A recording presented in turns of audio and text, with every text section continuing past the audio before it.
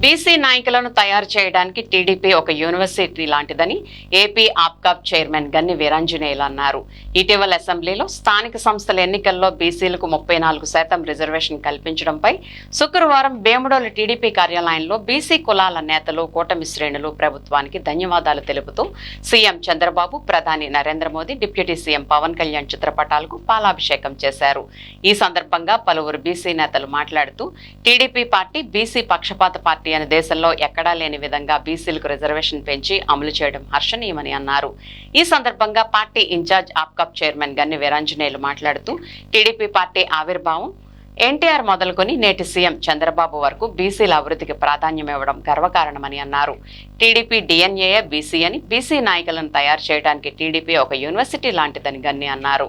Assembly సమావేశంలో స్థానిక సంస్థల ఎన్నికల్లో బీసీలకు 34% రిజర్వేషన్లు కల్పించే నిర్ణయం తీసుకోవడంపై హర్షం వ్యక్తం చేశారు. కార్యక్రమంలో శ్రీశైన సంఘ రాష్ట్ర నాయకులు పట్నాల వెంకటేష్ బాబు, ఏఎంసీ చైర్మన్ శేషపు శేషగిరి, సిరిబత్తిన కొండబాబు, కరణం పెద్దిరాజు నేతలు పాల్గొన్నారు.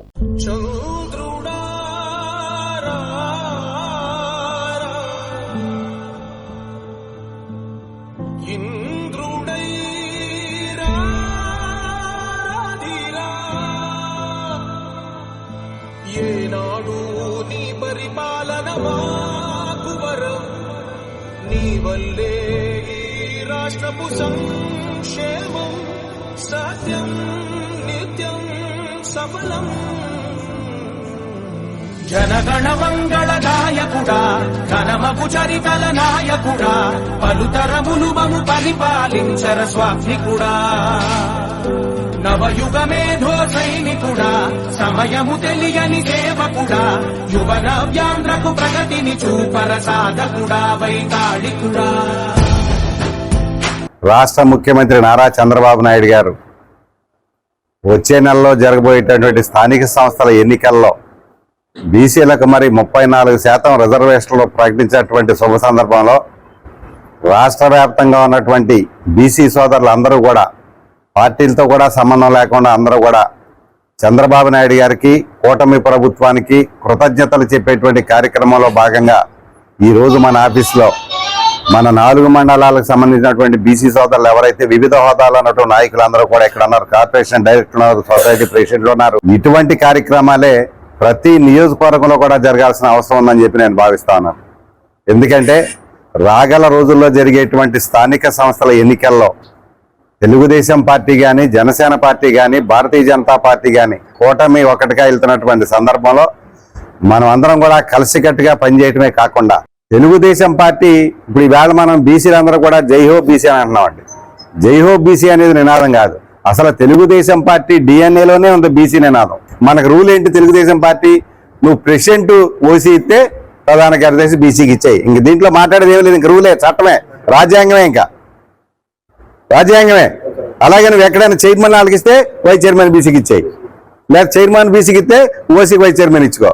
ఇది మన డిఎన్ఏలోనే ఉంది. ఇదంతా ఇదే పార్టీలో కూడా లేదు. ఇదంతా కూడా మనమేమి ఎక్కువ చెప్పక్కలా, మన పార్టీ మీద పూడుకుంటా మనం చెప్పక్కలా.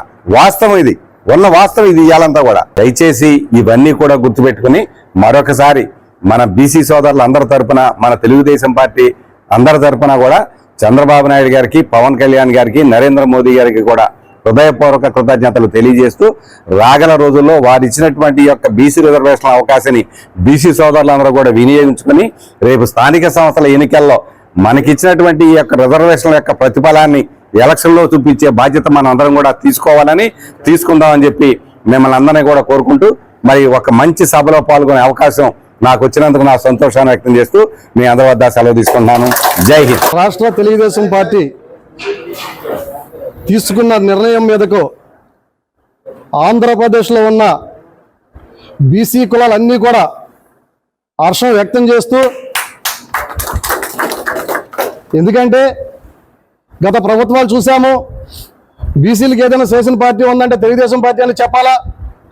1982 క్రితం మనం చూస్తే 5 సంవత్సరాల్లో 6-7 ముఖ్యమంత్రులు మారిపోయేవారు, ఎమ్మెల్యేలు మారిపోయేవారు, ఎంపీలు మారిపోయి ఎవరేంటో కూడా తెలియని రోజులయ్యి.